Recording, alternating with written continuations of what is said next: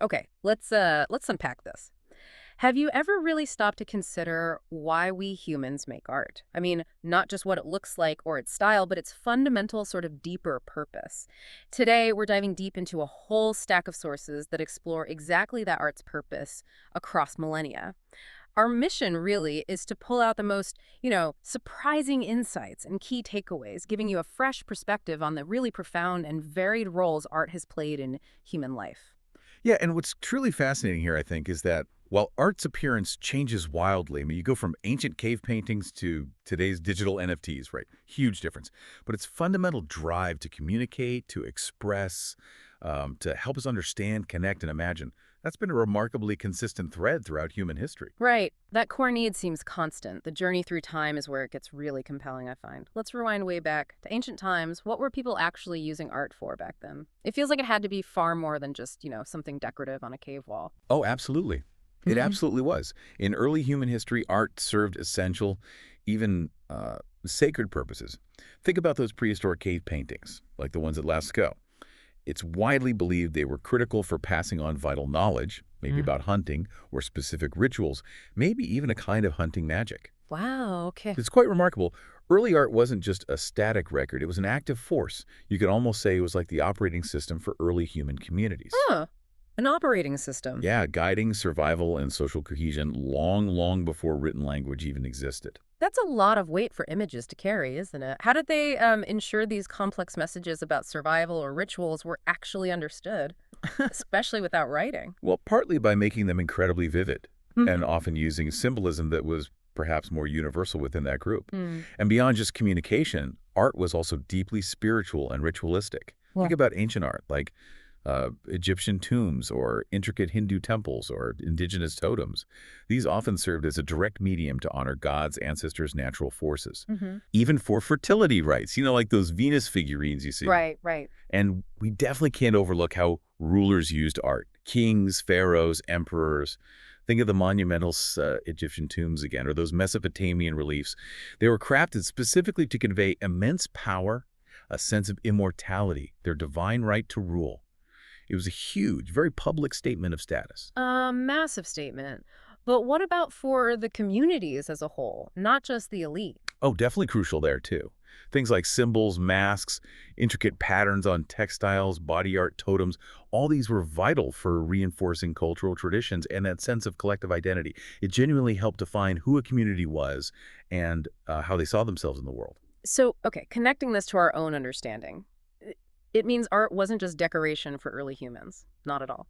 It was deeply ingrained in their survival, their spiritual connection, and quite literally in defining who they were as a people. Okay, so moving forward then. As societies built up, became more structured, how did art's purpose evolve in the classical and medieval periods? Well, art certainly gained complexity. It took on broader social functions.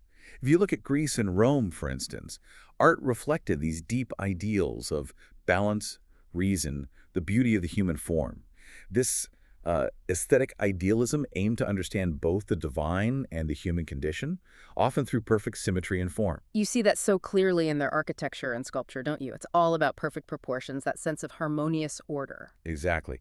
And then when we look at, say, Christian, Islamic, Hindu, and Buddhist cultures during the medieval period, art became an absolutely crucial didactic tool, a teaching tool. Right. For worship, yes, but also as a powerful bridge to the divine. Think of icons, the sheer scale of cathedrals, intricate mandalas, beautiful calligraphy. These works were essential for educating largely illiterate populations about faith, virtues, cosmic order. Ah, the illiteracy point. Yes, art wasn't merely decorative, it was often a direct representation of divine laws and social hierarchy.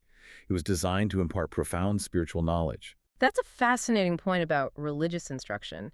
Given how widespread illiteracy was for centuries, how profoundly did that lack of reading ability actually shape art's purpose?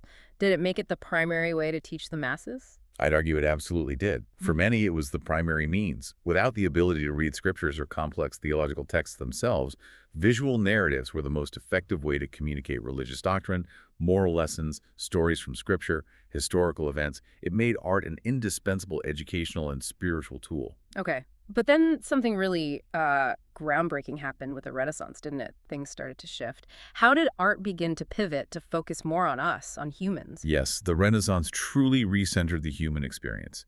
It was Yeah. a pretty radical shift. Art moved from primarily serving divine decrees towards actively celebrating human agency. Agency, okay. Yeah, the power of individual inquiry, discovery. Artists like Michelangelo, Leonardo da Vinci, Hmm. they embraced humanism. They elevated personal emotion. They studied and perfected anatomy. They mastered perspective. The emphasis on realism and scientific observation fundamentally reshaped our relationship with knowledge itself. So it really pivoted from sort of providing answers to maybe provoking questions. Is that fair? That seems like a massive shift in its role. I think that's a very fair way to put it. It absolutely was a massive shift. And art also became this incredibly powerful tool for political commentary and social critique. You look at Goya's searing critiques of war, or Picasso's bold statements later on, or someone like Courbet challenging societal norms. Hmm. Artists increasingly began to use their work to question power, to advocate for change. Then you get movements like Romanticism and Expressionism, bringing the inner life raw passion, the irrational, into sharp focus. While others, like Impressionism, Cubism, Surrealism, they prioritize objective vision, emotional truth, over strict, literal representation. It's incredible. Art really went from teaching people what to believe to making them question everything, or at least explore their own subjective experience much more. So, okay, connecting this really rich history to our present day, how do these patterns continue to unfold in our incredibly pluralistic digital world? How is art still evolving today? What's its job now? Well, contemporary art is incredibly diverse. It's Yeah. arguably more democratized, and it's deeply interconnected with global issues. Hmm. It's often a powerful expression of identity, exploring race, gender, sexuality, migration, cultural heritage, all that complex stuff. Yeah. And you definitely see it as ongoing political and social commentary. Think street art, digital media, performance art, installations. They're challenging injustice, the climate crisis, capitalism.